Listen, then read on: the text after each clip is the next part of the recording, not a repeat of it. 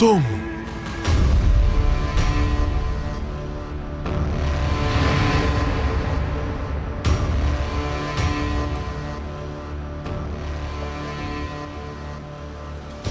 तुम्हारे इस सराय में मौजूद जुआरी खेल के उसूलों से बिल्कुल भी वाकिफ नहीं। शहबाज, ये बेगैरत हारने के बाद भी सोना लेना चाहता है शहबाज साहब। सियाह कज़्ज़ाकों के उसूल ही कुछ ऐसे हैं, उन्हें सोना खोना बिल्कुल भी पसंद नहीं होता। बात सुनो, तुम्हारा दिमाग खराब है क्या?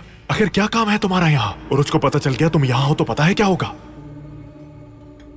मैं जहाज मरकज से बहुत दूर छोड़कर आया हूँ और भेस भी बदला है। क्या तुम मालूम कर सके कि सोना कहाँ ले जाया जा रहा है? मालूम है, स्विस के रास्ते पे मिलेंगे वो लोग। बहुत अच्छे। हमने वहां तिजारत करते हुए कई हबशियों को गुलाम बनाकर भेजा है। तुमने चाहे जो कुछ भी किया हो, लेकिन उरुज का मुकाबला नहीं कर सकते। कल अपना काम पूरा करो बस। वो सोना हासिल करो और उनकी जानें भी।